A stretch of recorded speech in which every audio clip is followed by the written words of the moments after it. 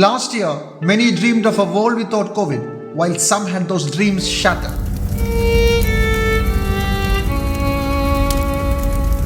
Government boasted of more funds for health sector, while thousands died without medical care.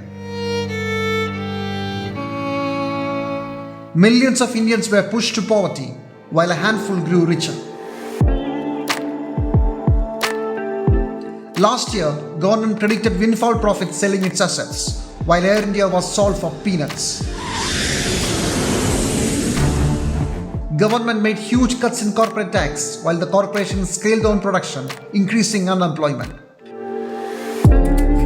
With Omicron variant looming large, the year 2022 seems no better. But what about the government?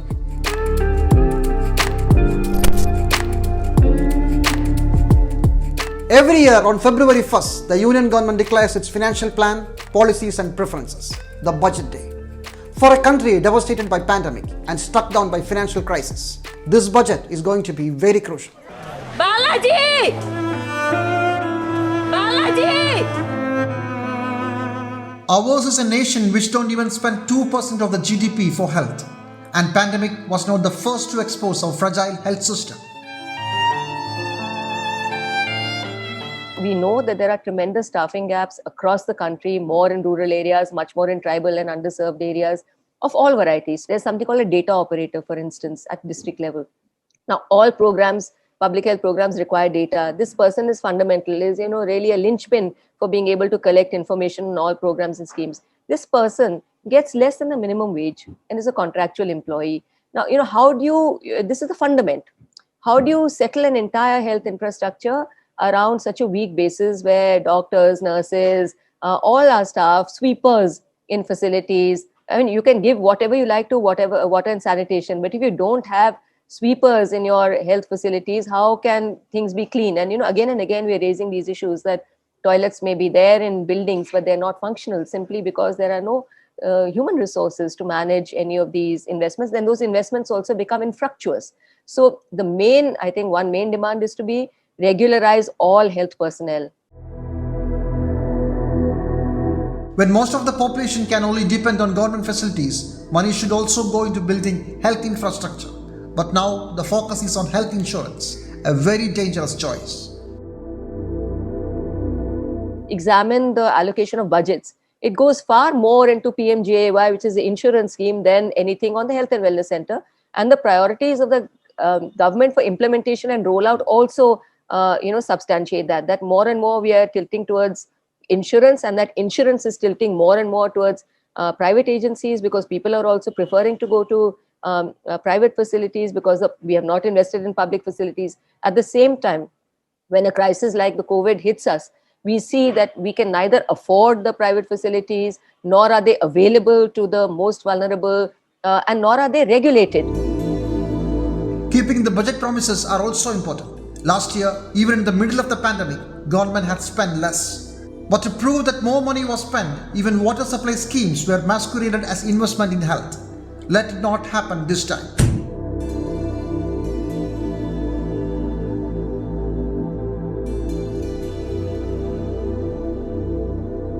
After a brief interval, schools and colleges are closing down again in many states. It seems one more academic year will be in cyberspace. Students with little access to internet or without laptops are dropping out, and they are in lakhs. The huge digital divide is still growing. A decent budget share to education has never been so important. There should be special emergency allowance funds to enable the access to internet, laptop, online library for the students from the marginalized communities. And also, especially in the extreme remote areas, in the tribal areas, there should be some centers where the students can access online classes with the facility of the facilitators and counselors in that centers. About 2 years ago, there was a threat of the post-matric scholarship, which is the biggest scheme for Dalits and Adivasis, the scheme being scrapped. But after a lot of intervention by the community members, that was reinstated. And there was a promise that was given by the finance minister at that time that they will allocate at least 7,000 crores, for the post-matric scholarship every year. 7,000 crores is what they committed. But last year's budget, if you see, it's about 3,000 odd crores. So they have reduced that budget further when they allocated it. The second thing is that I think implementation also, we should remember that much of these funds are not utilized. We have seen in the previous years that even at the end of December, they would have spent maybe out of 3,000 crores, 1,000 crores. And within 3 months, how are you going to spend 3,000 crores?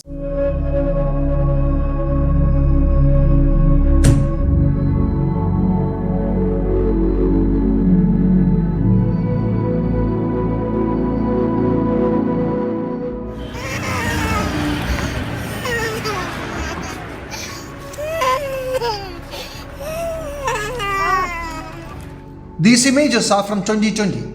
After this exodus, what happened to them? Did they get any job in their villages, or did they come back to cities? Employment data shows sharp decline in many sectors. Market forces have abandoned them. Will the government do anything to create jobs? The Manrega project can do a lot. Expand Manrega to urban areas with a minimum wage level of 450 rupees per day. And government should enhance the rural wage level to 350 rupees. This is the need of the hour. We expect it on February 1st.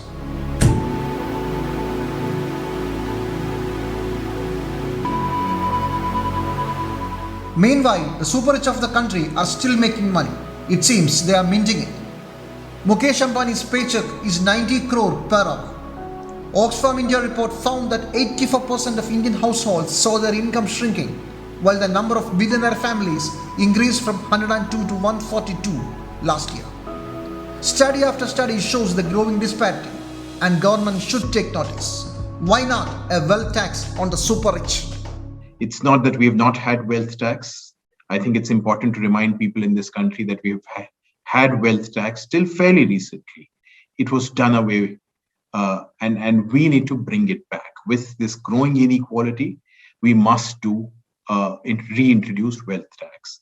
And as you would have seen the Oxfam's inequality kills report, it just says, just 1% tax on the top 98 richest families of this country can sustain the very ambitious Ayushman Bharat for 7 years. So let me also just say that India won't be unique. Argentina has already introduced a wealth tax specific to COVID, and they have raised $2.5 billion for addressing COVID in their country. So wealth tax is something that we must reintroduce.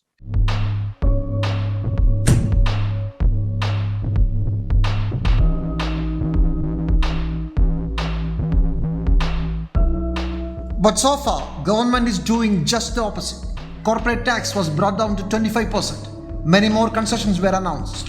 Officially, it's to boost the production sector, create more jobs, keep the economy running. But till date, it has not helped. We brought down the tax rate to 25%, while you and I, as a pensioner, I pay a tax rate of 30% plus surcharge, education surcharge on it, while the corporates pay much lower tax than me. They rake in billions and they pay a lower tax. This tax has widened the deficit in the first year by 1.5 lakhs, and then later, because corporate profits have been rising at the rate of 15-20%, every year this amount multiplies. And that means in 4 or 5 years, they would have lost about 6 lakh crores as this thing. The justification for doing this was that this will accelerate investment. The investment has not risen, and that's why the economy is doing very badly. The private sector is unable to meet, there is no demand in the economy for which the private sector will feel enthused to invest. Okay, so the government needs to actually spend more to boost the demand in the economy, which needs more resources instead of giving tax concessions.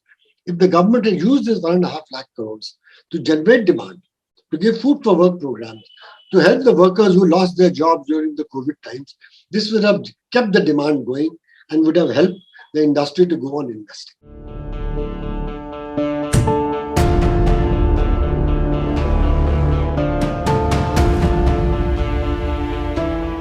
The union government hasn't stopped there.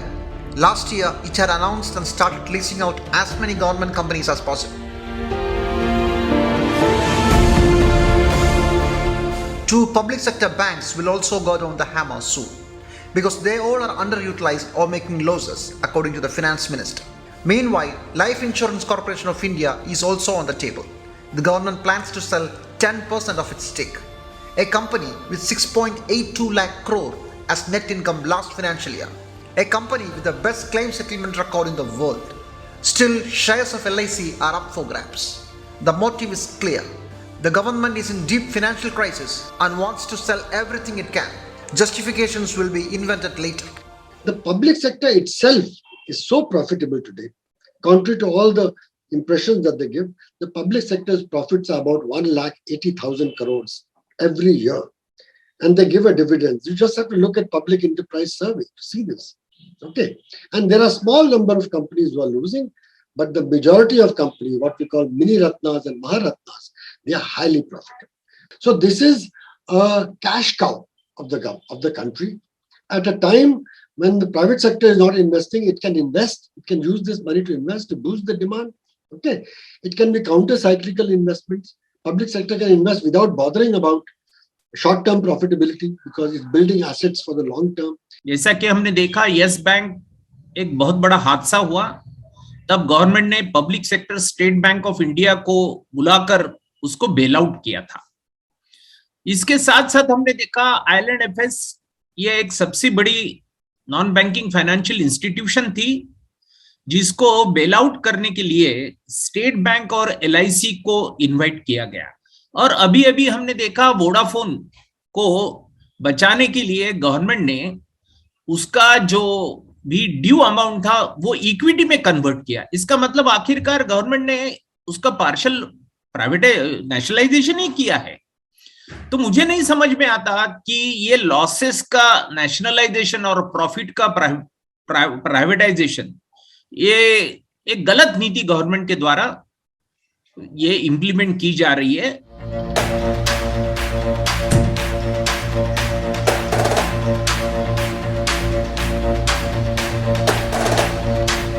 Financial status of the union government is so alarming that it has stopped paying state governments its due share.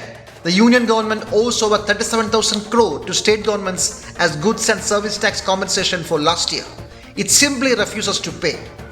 And it has cleverly removed some major taxes from the divisible pool to cess and surcharges. Means the bounty need not be shared with states. Thus, the huge fuel tax goes almost exclusively to the union government.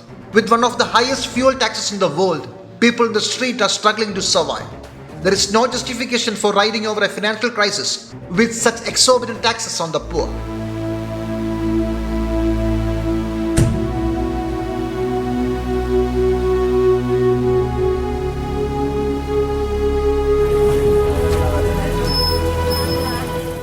Retail inflation rate rose to 6-month high of 5.59% in December, primarily due to increase in food prices. A month before that, inflation based on wholesale prices touched 14.2%, which was the highest in the last several decades. On the other side, farmers have been demanding minimum support price for their produce. Micro, small and medium enterprises have been facing the brunt of financial crisis much before the pandemic. It started in 2016 around demonetization. These are the people who need real help and support from the government. Finance Minister needs to focus on them.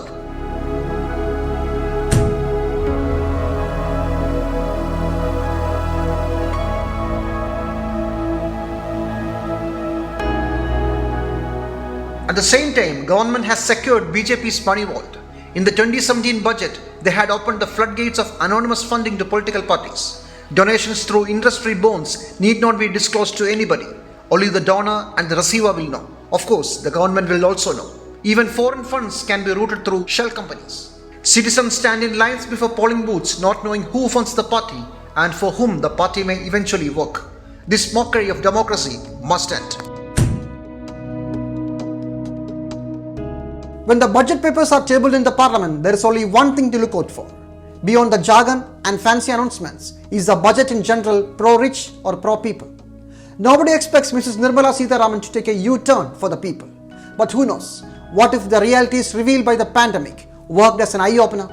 Let's see. We will meet again after the budget. Till then, goodbye.